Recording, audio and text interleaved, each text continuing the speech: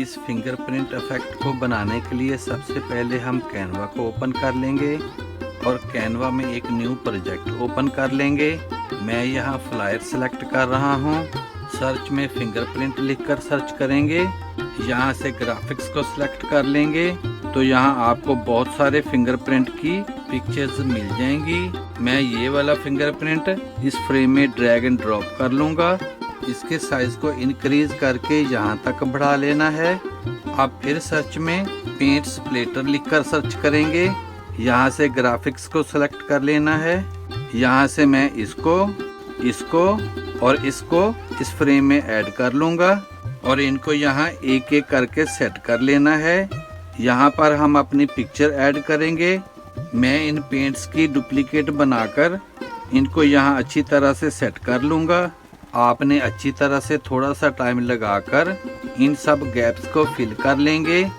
जब ये step done हो जाए तो ऊपर शेयर पर क्लिक करेंगे, फिर डाउनलोड पर क्लिक करेंगे और यहाँ से ट्रांसपेरेंट बैकग्राउंड को सिलेक्ट कर लेना है और इसको एज अ PNG डाउनलोड कर लेंगे। अब यहाँ पर एक न्यू पेज ऐड करेंगे और इस पेज में जो फाइल हमने डाउनलोड की है मैं उसको यहाँ पर ड्रैग कर लूँगा और इसको मैं यहाँ पर रख दूँगा। अब इसको कोई बैकग्राउंड देने के लिए सर्च में ग्रे लिखकर सर्च करेंगे। यहाँ से फोटो को सिलेक्ट कर लेंगे, नॉट द ग्राफिक्स। मैं ये वाली पिक्चर इस फ्रेम में ऐड कर लूँगा और इसको यहाँ सेट कर लेना है। अब लेफ्ट साइड में एप्स पर क्लिक करेंगे और सर्च में इमेज कट आउट लिखकर सर्च करना है।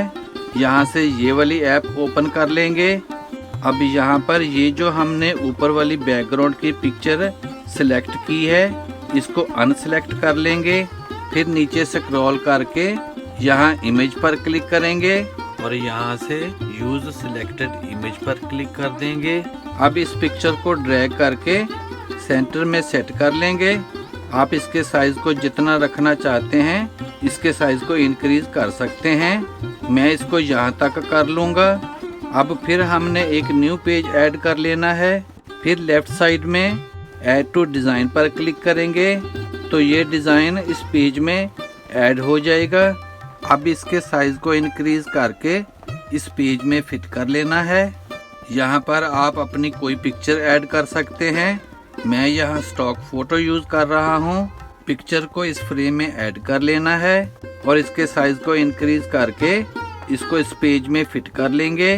अब इस पर राइट क्लिक करेंगे, फिर लेयर्स पर क्लिक करेंगे, फिर सेंड टू बैक पर क्लिक कर देंगे तो ये पिक्चर इस फिंगरप्रिंट के पीछे चली जाएगी।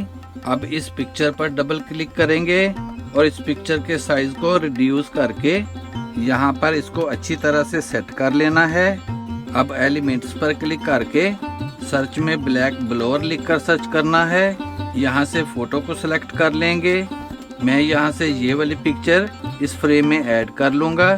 फिर एडिट पर क्लिक करेंगे, फिर डू टून पर क्लिक करेंगे, फिर एम्बर पर क्लिक कर देना है।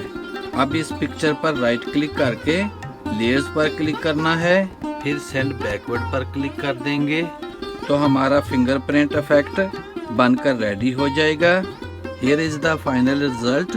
तो ऐसे आप अपनी कोई भी फोटो फिंगरप्रिंट इफेक्ट में कन्वर्ट कर सकते हैं। वीडियो अच्छी लगे तो सब्सक्राइब करें मेरे इस चैनल को और वीडियो को ज़्यादा से ज़्यादा शेयर कर दें।